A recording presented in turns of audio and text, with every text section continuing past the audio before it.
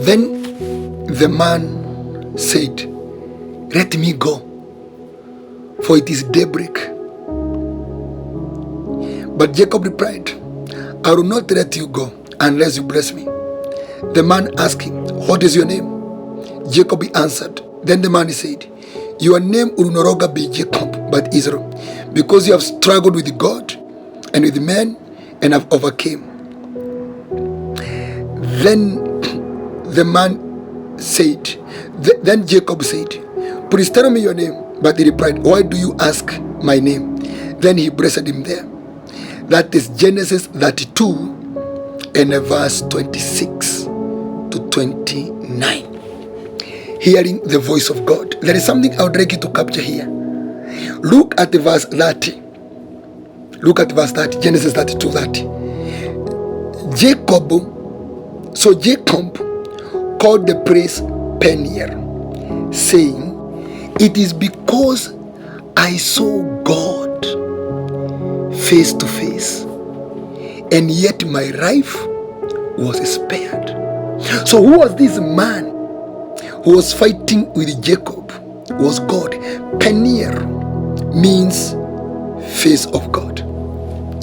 I know there are many people who have defined this as the angel of the Lord. I think through the word in the book of Amos, is it Amos, where it says that he fought with the angel of the Lord and he pleaded for blessings. So they say that was not God. God cannot fight with man. That was an angel of the Lord. See there? But they do not understand that that is what we call a pre-incarnation of Jesus Christ. You get that? So the keyword I wanted us to capture is this, that Jacob, the one who was speaking with him, was no other than God himself, the Lord himself. So when the voice of God, when God is speaking, now the Lord is speaking out to you. The way you can see there, he is speaking with Jacob. You know, they're having a conversation at around 3 a.m., 4 a.m. there, towards 5 a.m. If you stand there, that conversation between God and Jacob, you will notice at no time will God open his mouth and not release a blessing to you. They say how he pleaded with the angel of the Lord, and the angel of the Lord blessed him there. The angel of the Lord cannot bless you, only God who blesses.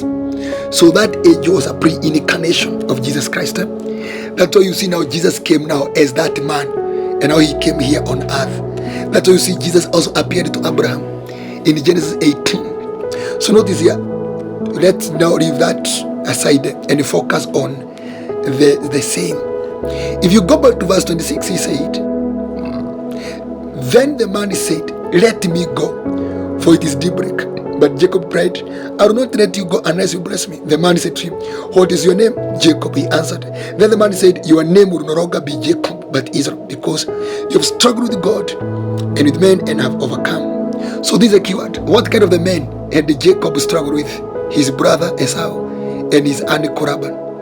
There's no other men he had fought with. Two men, very senior, because Esau was his elder brother, and Laban was in authority because was his own uncle, the brother to his mother. But when the Lord spoke to Jacob, he changed Jacob's name. So every time the Lord will speak to you, he will always, the voice of God carries power to change you from Jacob into Israel. What does that mean?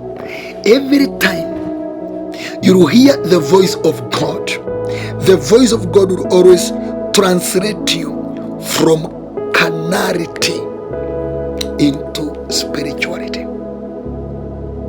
From Jacob, carnal self, to Israel, spiritual man.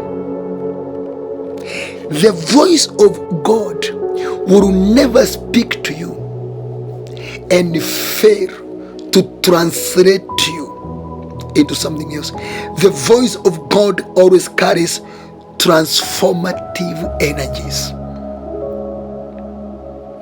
Always the voice of God will transport you from a place of being Jacob to a place of being Israel. You must, as long as it is the Lord who said, that the Lord said, will always transition you from naturality to supernaturality, from ordinary to superordinary, from carnal to spirituality, from old creation to a new creation, from perishability to imperishability, from mortality to immortality, from destructibility to indestructibility. The voice of God will always translate you from conquerable to more than a conqueror. The voice of God will always translate you from being overcome into being an overcomer.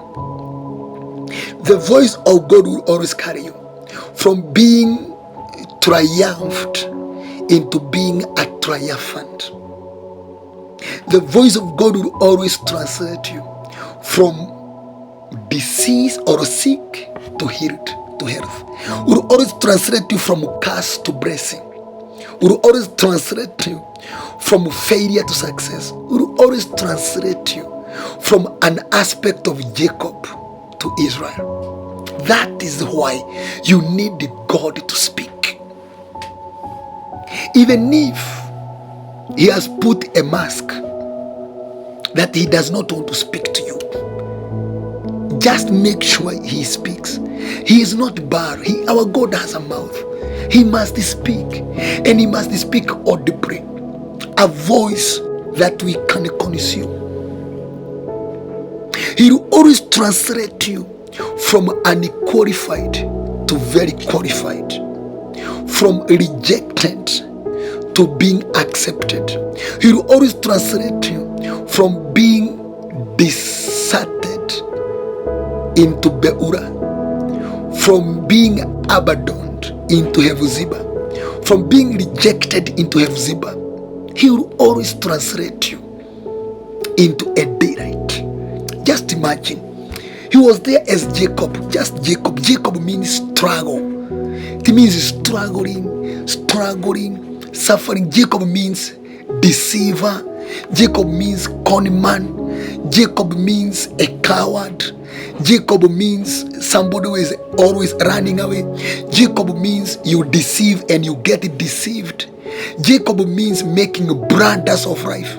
You wanted the lecture, you are given there. You know that is Jacob. Jacob means running away. But when the Lord eventually speaks with you, that voice removes Jacob and introduces Israel. May God in your life remove Jacob and introduce Israel. And that one means, Israel means blessed of the Lord. So how did Jacob hear God speaking? According to these texts, is wrestling with men and with God. Wrestling, that word is wrestling. And you know what it means to wrestle. Wrestling means earnest intercessory. Earnest intercessory. If you look at Colossians 4 and verse 12, Epaphras, who is one of you and a servant of Christ Jesus, says greeting. He is always wrestling in prayer for you, that you may stand firm in all the will of God, mature and fully assured. So wrestling means earnestly praying. Pray and pray and pray until you reach the level of saying, bless me. And then